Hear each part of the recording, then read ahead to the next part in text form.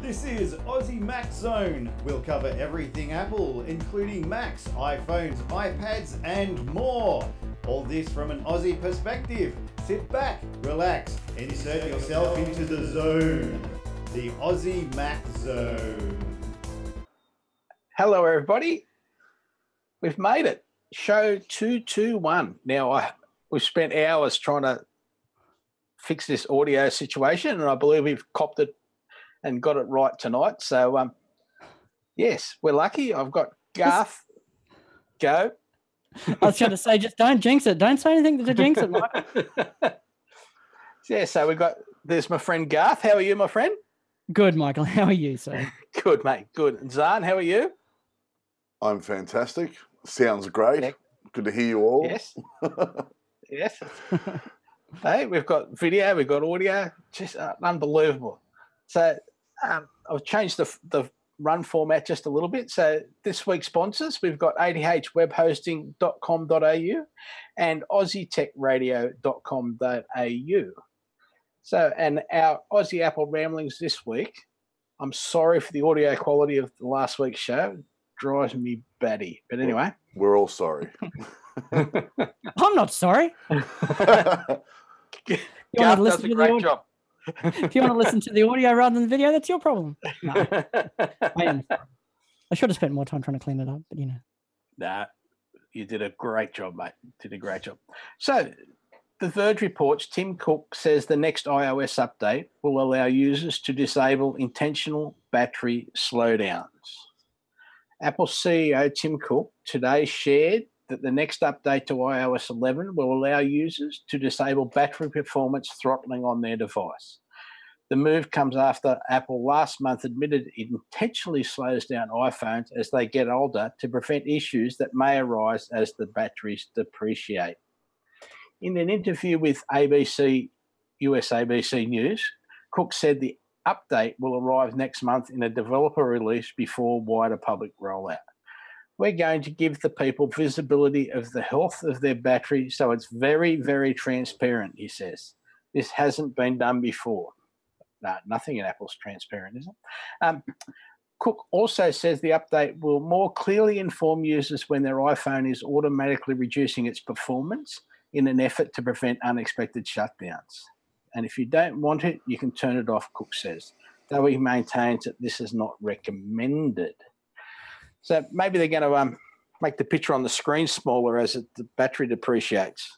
Well, we just sort of shrink the whole home screen down into this little postage stamp in the middle of the screen. Yep. Yeah, okay. I can do this or I can shut off. Which do you want me to do?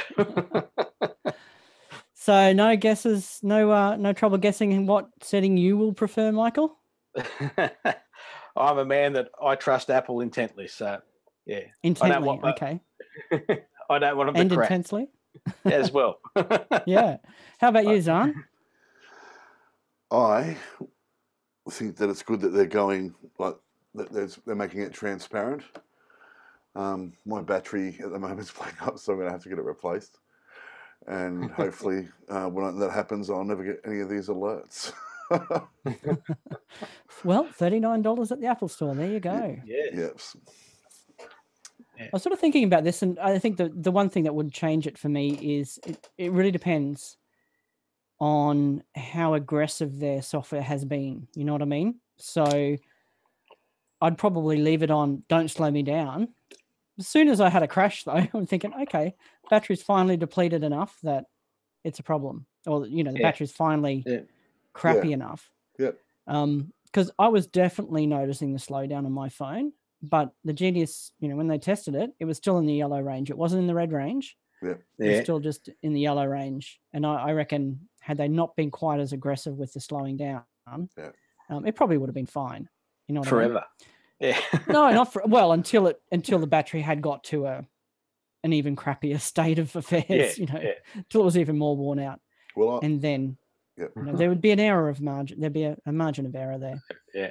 Well, I was out today in the heat helping a mate, and my battery went from 100% to 1% in probably 2.5, 3 hours in the heat. Eek.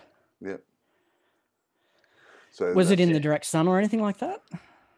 maybe for half an hour. Half an hour would do it. Yeah, while getting parts for his car. But other than that, it was in the shade the rest of the day. So I lost a big chunk of battery in half an hour because of the sun. Yeah, So, it's pretty warm down here, Garth. Oh yeah. Yeah, you poor buggers, eh?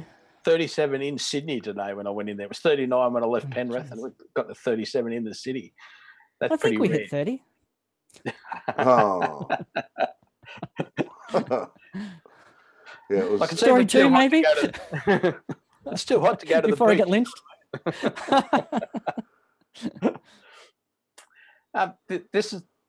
This one blows me mind, this story. So the iOS App Store will be bigger than the entire worldwide movie industry sometime this year.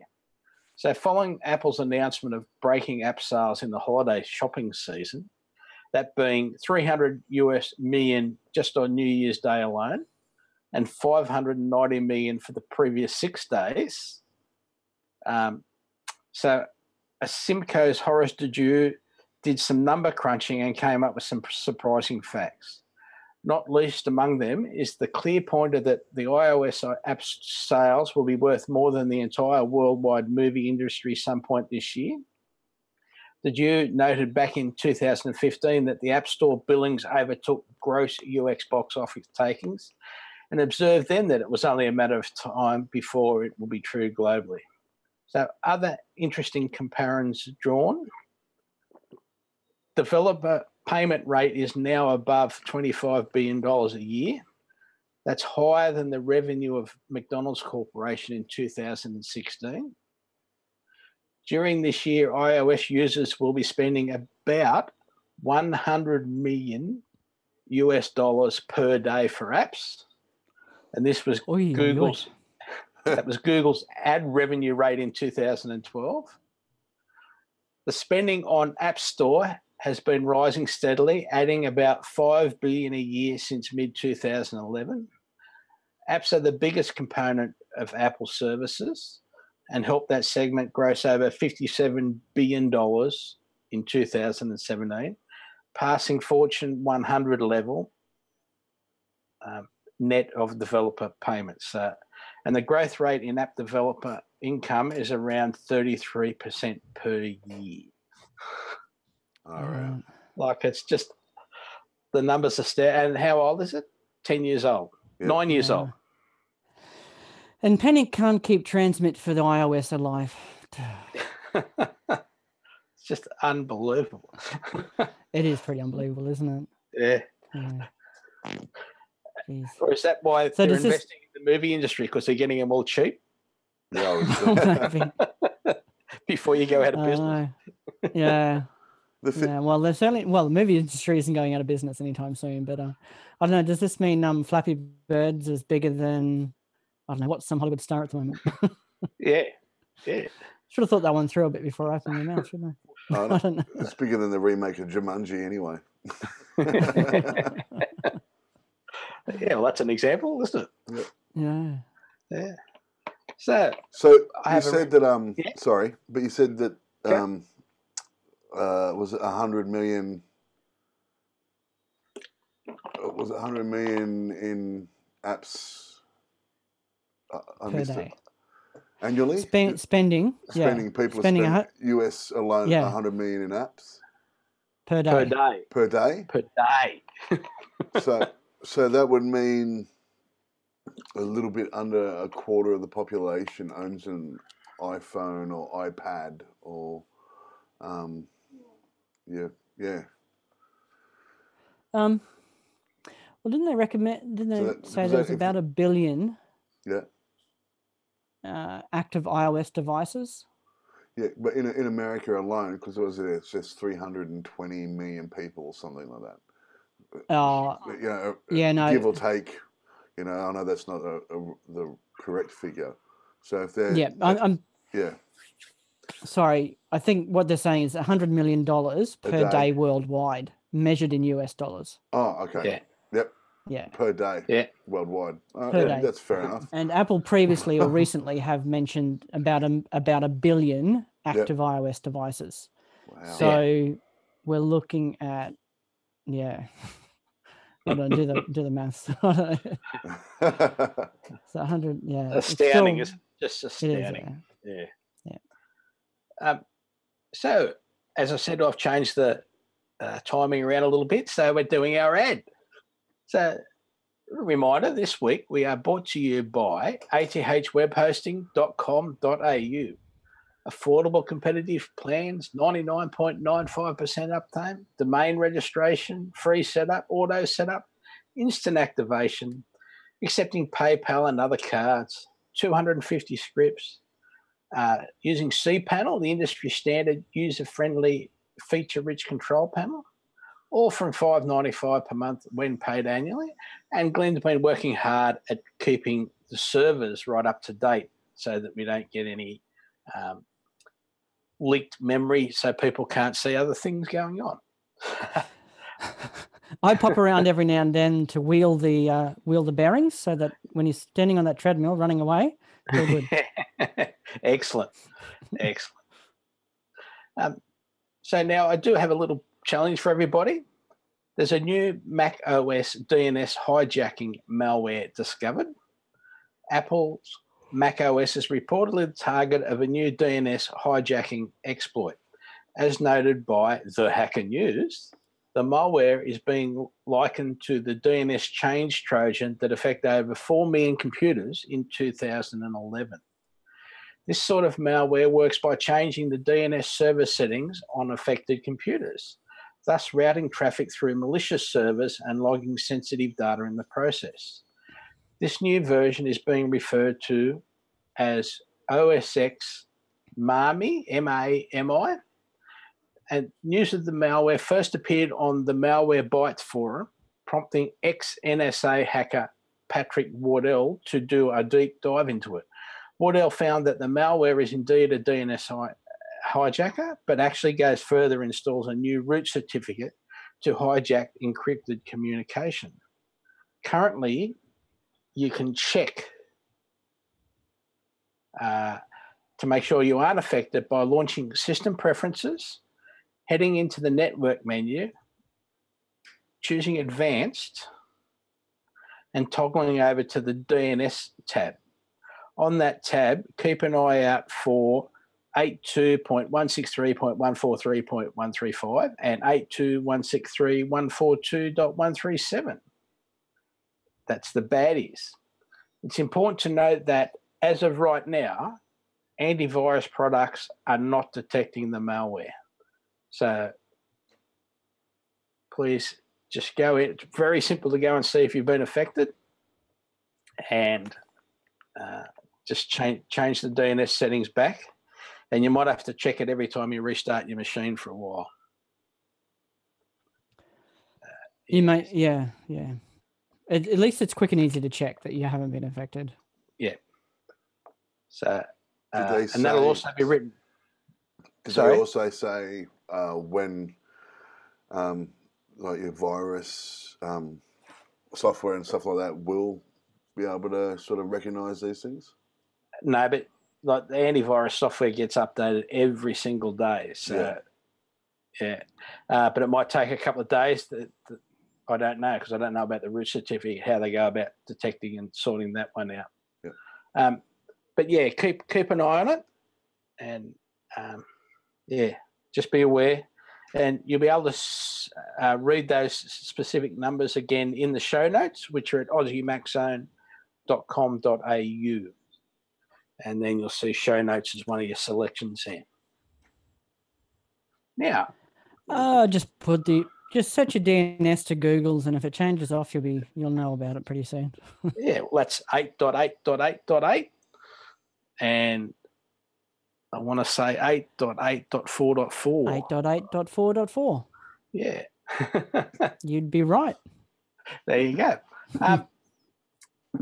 Now, here's an Aussie story, a good Aussie story. NAB sees Amazon Alexa integration as pointing to the future of banking. So does that mean I can just say, Alexa, give me all your money. Is that what they mean? Or Yeah. It's Amazon. They want you to give them your money. So the National Australia Bank has announced integration with Amazon Alexa, allowing customers to ask the voice-activated assistant certain questions about their bank account when the service go live in Australia next month. Now, according to Executive General Manager of Digital and Innovation, Jonathan Davey, when looking at the way the bank thinks consumers will interact with technology over the next decade or so, voice activation is the clear forerunner.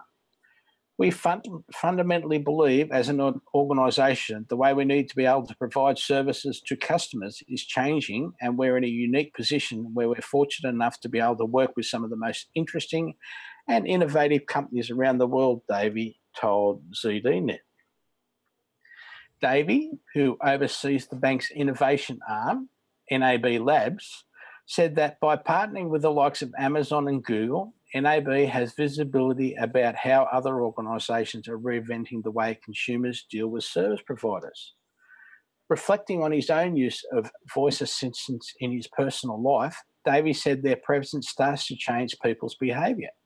Davey uses the voice-activated assistant to set his morning alarm, and while he knows he can do it fairly easily on his phone, performing the task verbally allows him to do it while performing other tasks and before he forgets. You just find yourself interacting and asking questions, he added. The way we engage with technology is changing, and increasingly we're using voice. As a bank, we think the opportunity for our customers to be able to use those services is just a natural evolution of the use of digital channels. So my only challenge for this one being on Amazon's devices, if I say, tell me how much is in the bank account, I can say that whenever I walk into someone's and see their Amazon device, and I should know how much is there in their bank when I just walk in the door and ask the question. Is that correct or incorrect? It sounds a little bit like that, doesn't it? There must be some kind of... It's voice recognition. Yeah, but the biggest challenge is it just understands what I'm asking, but it doesn't understand who's asking it. So if you ask a certain question and your missus has got a bank account with more money in it than you know about, it's going to tell you that. That's the challenge. So, yeah, that's my only challenge with that. Yeah, I wonder if there is any kind of voice sort of, because I know the Google device does that, doesn't it? It does know who's speaking to it. It recognizes, the voice print of the person. Yeah. Yeah. So, as we understand it, yes. I'm not sure if Alexa does that at all, or if this skill, the NAB skill on Alexa does that at all. And sort of following on from that story or whatever is, you see there's a lot more rumors about shipments of HomePods coming to Apple, ready for sale. Yes. So we might be seeing a HomePod before too long. Yeah, we hope so. Yeah, sure they've missed the big buying spree, but maybe they that means they won't have a super big embarrassment period either, will they? Like if they only sell 100,000 in the next 2 months, then only 100,000 have got to work properly. So right, okay. Yeah, and it just gives people time to appreciate them and learn them a bit too. So. Do you think that maybe they're going to reveal something amazing because everybody else is, sort of releasing theirs, and so then Apple will release theirs, and it's going to just be this big wow, like, oh my God, they can do so much more than everybody else. You don't think so? I reckon they're going to nail the. If I ask for my diary for the day, or Karen asks for the diary for the day, I think they're going to nail that pretty well. Yeah. Yeah. I agree with that. They're going to do, what I'm saying, Zarn, I guess, is they're not going to, there's nothing new. There won't be anything different from what we've already been told it will do. Okay. It's a speaker with smarts built in. It's not a smart thing that uses a speaker to communicate with you. Okay. So, that's how I anticipate it will be presented, because that's how it already has been presented. You know what I mean? Yeah. They've said there'll be messaging, reminders, calendar, your typical sort of serious stuff around weather, traffic, news. So ask it for the news in the morning. It'll give you a nice little news update. Ask it for the weather. Ask it if it's going to be busy on the roads today on the way to work. Yeah. All of that sort of stuff. It'll do really well.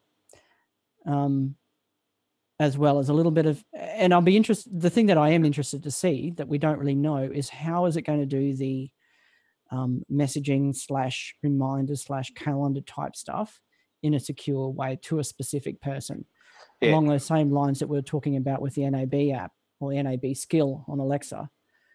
Because Apple have said, look, you're going to be able to do they? I think they said messaging. I'm not sure about that one, but certainly reminders and calendars, both of which are a personal, they're tied to one Apple ID. Yeah. And this is a home device. Yeah. So the integration could be as simple as, you've got family sharing turned on. So by default, you do have a family calendar, you have family reminders, things like that. So maybe it's going to, it'll just default to the family calendar. Yep. If you're using family sharing, so anyone in the home can add to the family calendar. But maybe, and that will be a bit of a wow for me, it will tie specifically to the individual who's speaking. And I'll be able to get my messages, my calendar, my reminders, and add to them. I think that will be pretty cool if it nails that stuff. And that I think the Google Home does that to a degree. Yeah. But I think that's the challenging bit, and I think that's where it's going to excel. Yeah, and that will be a wow, I guess, if it manages to do that. Yeah, well, that would be great. I think that's what. I think maybe that's why they're taking so long. It's going to come out, and then you're going to be able to sync, 3-4 phones to it, and get your personal messages as well as your family sharing. So, yeah, let's hope we'll so. See. We'll see. Yeah. Now I'm just going to chuck another story in before we go on. So there's an interesting one Zarn picked up today. Apple leak reveals sudden cancellation of. So it may be the smartphone of the moment, but a new leak reveals Apple will soon cancel the iPhone 10, and the source could not be more credible. In a new report obtained by Apple Insider, acclaimed KGI security analyst Min-Ji Kuo says disappointing sales of the iPhone will lead to the cancellation of the model, with production ceasing in the summer.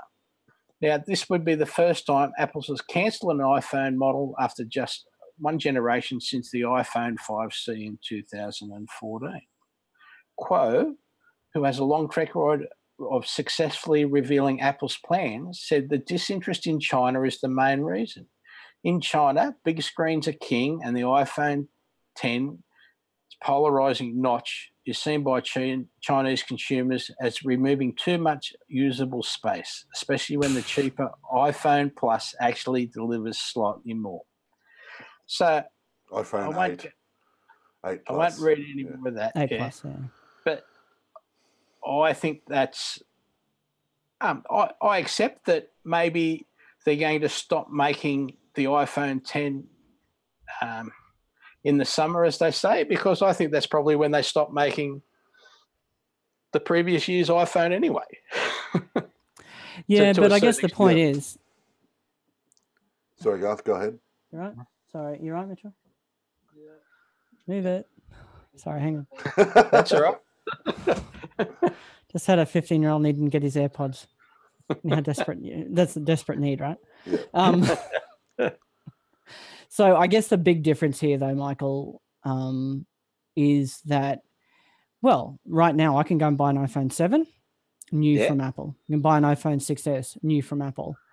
If when they replace the iPhone 10, well, we get an iPhone X1, XI, or whatever it's called. Whatever it's going to be, yeah. This September's flagship model, normal behavior would be that 10 would still be created and just, move down the notch, move down the row sort of by one.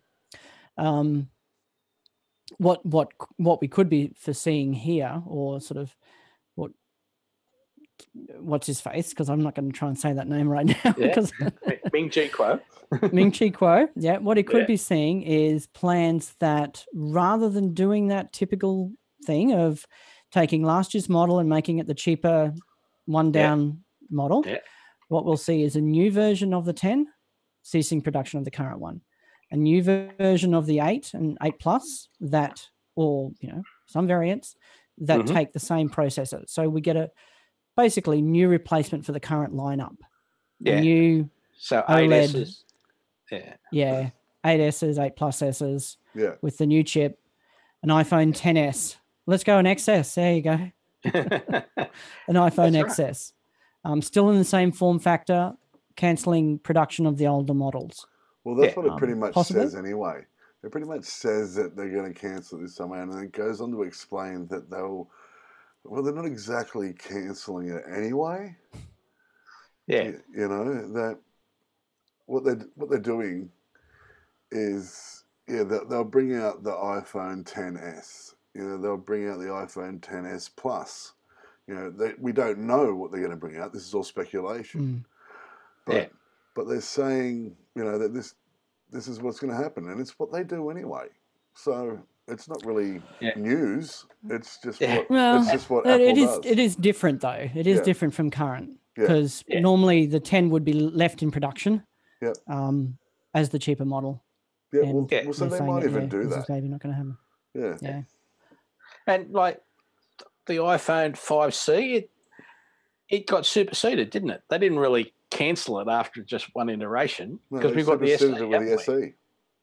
It was 2 years later though. Yeah, but you could still buy them. You could still buy the 5Cs, and then they're saying they got superseded, but you could still buy the 5. That's normal, yeah. Yeah, exactly. And you got the SE. You could still buy the 5Cs right up until the SE come out. So a more immediate question, I guess, is: are we going to see an SE Plus or an SEX or a update to the SE in the next little while? Yeah, well, it says in the report, it says that they will definitely be updating the SE, that will superseding the SE for something that will be similar to the SE. So, it's all speculation, but Yeah, I would totally agree. Same form factor, you think, guys? You're still going to have an option to buy a new iPhone with a headphone jack if you wish. Yeah, I think so. God, I hope so. Yeah. I hope so too. Because I think that's I'd consider an SE. Yeah. I'd certainly consider one right now. Yeah. That little form factor, I actually like that little form factor, because I can't see the screen anyway. I don't care how big it is. Less room in my pocket. Now, you ready, Zarn? Yep. Just another reminder, this week we are also brought to you by Aussie Tech Radio. And now we've got some news about Aussie Tech Radio, which is awesome. So it's www.aussietechradio.com. And now we've got our sister podcast on there, which is Aussie Tech Security Podcast and the award-winning Aussie Tech Heads podcast. And we have a new show, a very new show, and it's called Aussie Tech Crypto. So it's for newbies to the crypto environment, and it has an Aussie perspective. Oh, fantastic. So, yes. So please get into it and get listening. They've just started. And Aussie Tech Radio also has other podcasts from Australia and New Zealand. So good on you, boys. Get into it. And there's just some more news for our fantastic people at Aussie Tech Radio. Well, that's great news. Yes. Now, Amazon Echo Range and Music Unlimited service coming to Australia and New Zealand. So as we just alluded in the NAB story, Amazon has announced that its Music Unlimited service and Alexa-powered speakers, the Echo Plus and the Echo Dot, will be available in Australia and New Zealand next month. The company's music streaming service gives users access to a catalogue of more than 45 million songs. It will launch in the two countries on February 1. when Aussies and Kiwis will be able to sign up for a free 90-day trial. After that, a monthly subscription will be required to continue to use the service. Users will be able to choose between 3 plans. The Echo plan is the cheapest, offering access to the service via a single Echo, Echo Dot or Echo Plus, and will be for Australian $4.99 a month. Next up is the individual plan at Australian $11.99 per month that also lets you access the music service from a mobile device or PC. And the last option is the family plan, allowing up to 6 members of a household to share a subscription at $17.99 per month. And yes, remember, February 1 is the official release date. Also. So, are we ready to go? Who's going for it? I'm thinking. Yeah, we'll see. No. No. I'm thinking about it. So there's you can get 2 dots for $80 in pre-order, which I think is a pretty good deal. How big are the dots? Yay big. Yeah. So a couple of inches. They're only quite small. Yeah. They do have a speaker. They totally work as an Alexa device, as a Echo device. Line out, so you can plug them into a bigger, more powerful speaker if you want to. Yep. So I think for the money, it's pretty good. And I also think that their streaming service, now usability and all that sort of stuff, don't know. But if you were just having a dot or just one Alexa device of any kind, Echo device, then $4.95, $5 a month for a library that is about the same size as Apple Music is pretty good. Yeah. Yeah.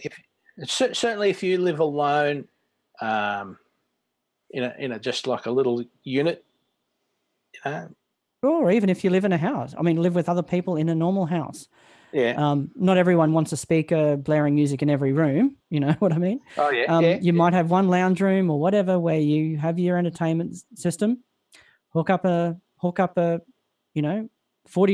or I think it'll be a bit dearer afterwards, $40, $50 device to that with a $5 a month subscription, and you've got basically the thing I love about Apple Music is the Siri integration.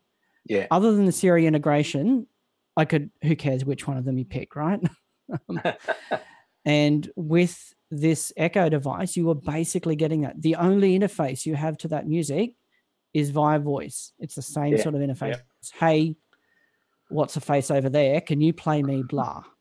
And she probably will. So I don't know. I think it's quite a compelling product. Yeah, I've got Apple Music as well, and I pay for my whatever it is, Apple Music.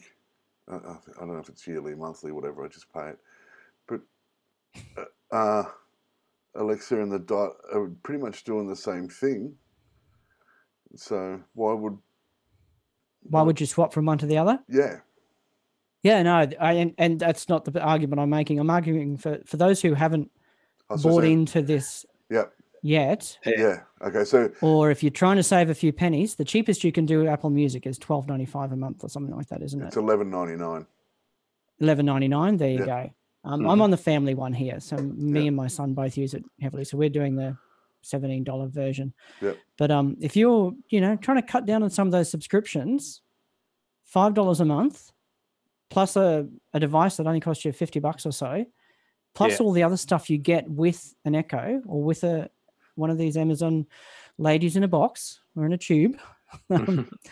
It's a pretty good deal. Yeah, I don't know. See, the way I watch my nieces and stuff like that with their, they've got Android phones, some of them got Apple phones, whatever. But ones that have got Android phones, and that they're just using YouTube, and they don't want to listen to an album anyway. It's a song from here, it's a song from there, and they just use YouTube, and you can Bluetooth it to anything that's got Bluetooth. Yep. And I think free. What you're making there is an argument for the Google devices, Google Home and so forth, because you get a subscription to YouTube Red, which is around that same price. Yep. You've instantly got access to Google's playlist. Yeah. So the Google Music comes included. That's right. With YouTube Red. Yep. So if you had a Google Home device, and you can get pretty cheap versions of those with line outs as well. Yeah. Google Mini, you're already paying for YouTube Red. You've got another version of Apple Music sitting right there. Yep. To be fair, I don't think there's a heap of difference between any of these services. Yeah. What it comes down to is, where is it convenient? How is it easy for you to use? Yep. It all comes down to the UI. Yep. Whether it be Spotify, Apple Music, now we're getting access to Amazon's cloud music service, Google, they're all, you got 40, 50,000 songs either way, any way you go. Yeah. The cheapest one I can see at the moment, though, if you're not already paying for something else, is Alexa's there. Yeah, okay. Mm-hmm. That's fair. $5 a month. Yep. Done and dusted. Yeah. Now, obviously, over time, we're going to see more stuff that you get with Apple Music. You're getting more TV shows. Yeah. I don't think Amazon obviously has a lot of video streaming, has a video streaming service as well. You're not going to get that included for your $4.95. I don't. No, you're not, because I've got Amazon TV, and that's still just the Amazon TV by itself is $4.99 at the moment. It's a special I got because they were new to Australia, and I got it for $4.95 or something like that a month for the first 12 months. Okay. And then it goes up. Is that offer still out there? I'm not sure. Check it out, though. Go on to Amazon and find out. Yeah. It's good. It's worth it. Because there you go. Yeah. You've got a TV service, which isn't as good as Netflix, but still is pretty good. Not. There's stuff on there I want to watch. It does have the Grand Tour on there, which is the old Top Gear boys. And if you're a car fan, it's good to watch. And it's a good laugh. So. Yeah. I watch a couple of other things on there as well, so I'm actually getting probably my money's worth, I guess. I don't know. So, yeah. Anyway, probably blabbled on about that. I think we're going to be turning into Aussie Echo Zone at this stage. So we've got a decade without discs. The original MacBook Air turns 10. So when the original MacBook Air launched in January 2008, it was the first Mac in over a decade designed without a built-in optical drive. It was the first Mac to embrace a wireless future where ports and cables were discarded in favour of reduced weight and thickness. It paved the way for placing SSDs in all modern Macs instead of slow mechanical hard drives. It brought the widespread adoption of multi-touch trackpads to Mac, and as Apple is quick to note, it's the world's thinnest notebook. The first new product Steve Jobs announced after taking the stage for Macworld 2008 keynote was a time capsule, a router and a wireless backup solution to work with Time Machine, Apple's then new backup software. Jobs would talk about another kind of time machine before the keynote was over, the MacBook Air. This he unveiled by taking it out of a manila envelope pushed down the side of the couch seat that he was just sitting in and doing his talking. So, they originally had, because it talks about spinning hard drives, they originally had the same hard drive out of iPods in them. Oh, wow. So, yeah, right. Okay. Yeah, just little 1.8-inch ones. And, they weren't fast and they weren't cheap. They were pretty expensive. And they weren't any good. But they certainly set the scene. Depends what you wanted. Yep. Yeah. Like all of Apple's machines, depends who you are and what you want. So, well, the predecessor a year later has certainly, that I think it was only a year later they introduced the cast, this current version that we still can buy of the MacBook Air, right? Yeah. Basically that, and it's still, that form factor changed the whole industry, I think. Yeah. And it's still my favorite of all of them. Right. Yeah, you can't get the 11-inch anymore. You can still get the 13-inch. I know, I'm very sad. But you can get a HP that looks the same, and I think you can get an Asus that looks the same. Yep. another one that's almost identical. Yeah. So yeah. The Asus is borderline copyright infringement. Is it really? Yeah. That's maybe I want one, because I'd kill for a new MacBook 11-inch MacBook Air, a new updated MacBook 11-inch Air. I would kill for. That's, yeah. So before we get on to our how-tos, and I've got 3 this week to try and expand that out. Any more news, fellas, that you want to talk about? No, I threw in the little bits and pieces I wanted to throw in as we went through. Yeah, there we go. So. Yeah, me too. Yeah, I'm happy with everything. Yeah. So back to iOS Mail. Yes, sorry. iOS Mail. Most recent messages on top. So I find it's easier to keep track of long email threads by having the most recent messages added to the top rather than the bottom of a thread. So you head to Settings, Mail, and toggle on most recent messages on top. Now, when you tap the little blue arrow to expand a thread, you'll be able to view the most recent messages without needing to scroll. Just a little time saver, but if you're doing lots of backward and forward, it just does make a difference. Again, iOS Mail, collapse read messages. It's easy to lose your place in a long email thread when attempting to navigate it on your phone. With iOS 11, Apple has added an option in Mail's preferences that helps you keep your place. It's called collapse read messages, and it is enabled by default.